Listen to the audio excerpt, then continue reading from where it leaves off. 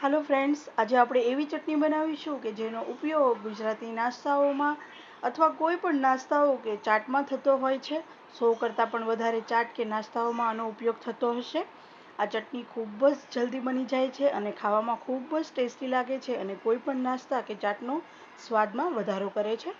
તો આવો એવી ચટપટી ચટણીનો આપણે રેસિપી જોઈ લઈએ। તો આપણે આજે અહીં આંબલીની ખાટી મીઠી ચટણી બનાવીશું।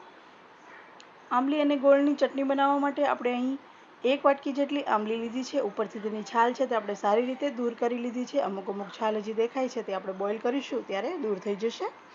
તો આ રીતના આપણે આંબલીને લઈ લીધી છે। હવે આપણે એક વાસણમાં આંબલીને લઈ અને આપણે એને હલકા હાથે થોડી ધોઈ લઈશું, જેથી એમાં કંઈ પણ ધૂળ કે ડસ્ટ હોય એ બધું દૂર થઈ જાય। આ રીતના આપણે 1 ગ્લાસ પાણી એડ કરીને આપણે એને હલકા હાથે મિક્સ કરી અને થોડી ચોળી અને ધોઈ લઈશું।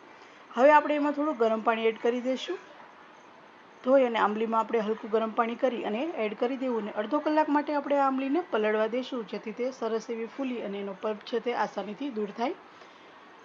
તો અડધો કલાક પછી આપણે જોઈએ તો આપણી આંબલી છે તે સરસ રીતના પલળી ગઈ છે। આ રીતના આપણે હાથથી મેશ કરીએ તો આસાનીથી મેશ થઈ જાય છે।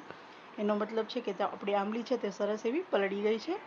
હવે આપણે આને આ રીતના હાથની મદદથી ચોળી અને સરસ રીતના એનો પલ્પ છે તે આપણે કાઢી લઈશું। તમે ઈચ્છો તો આ સ્ટેપ છે તે મિક્સરમાં પણ કરી શકો છો, પણ અંદર તેના બી હોય છે તો મિક્સરમાં તેના બી પણ ક્રશ થાય છે, એટલા માટે આ પ્રોસેસ હાથથી કરવી। અને જો મિક્સરમાં કરવા ઈચ્છતા હોય તો બી દૂર કરી અને પછી મિક્સરમાં એને ગ્રાઇન્ડ કરી લેવું।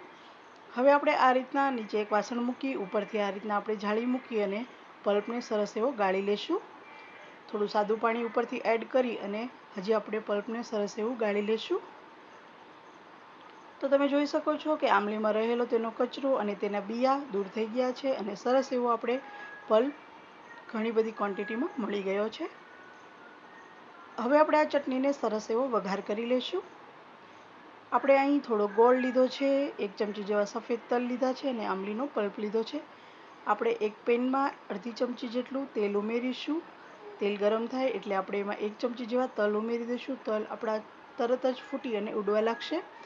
તલ આપણા સરસ ફૂટવા લાગે એટલે આપણે આંબલીનો પલ્પ છે તે એડ કરી દઈશું અને પછી આપણે આંબલીના પલ્પને થોડો એવો ગરમ થવા દઈશું। આંબલીનો પલ્પ આપણો ગરમ થવા લાગે એટલે એકવાર મિક્સ કરી આપણે તેમાં ગોળ ઉમેરી દઈશું। અત્યારે તમે જોઈ શકો છો કે આપણી આંબલીની ચટણી છે તે ખૂબ જ પતલી છે, પણ આપણે એને એકદમ ઘટ થાય ત્યાં સુધી પકાવી લેવાની છે।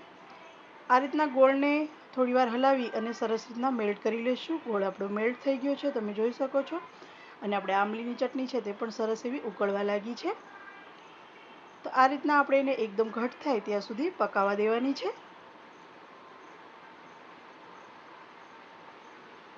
તો 7 થી 8 મિનિટ જેવો ટાઈમ લાગ્યો છે। આપણી ચટણી છે તે સરસ એવી ઘટ થઈ ગઈ છે। આપણે જે રીતની જોઈએ છે એ રીતની આપણી ચટણી બની અને તૈયાર થઈ ગઈ છે। જો તમારે આના કરતાં પણ વધારે ઘટ જોતી હોય તો તમે હજી 2 થી 3 મિનિટ માટે વધારે પકાવી લેવાની છે। હવે આપણે એને એક બાઉલમાં સર્વ કરી લઈશું।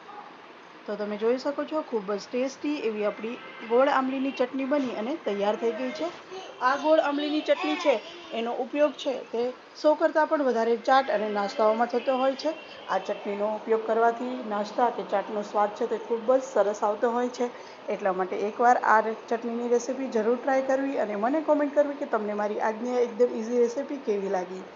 જો તમને આજની મારી આ રેસિપી સારી લાગી હોય તો મને કોમેન્ટ કરી જરૂર જણાવજો અને આપણે ફરી મળીશું આપણા નવા જ અને એકદમ ઇઝી વિડીયો સાથે। ત્યાં સુધી આવજો।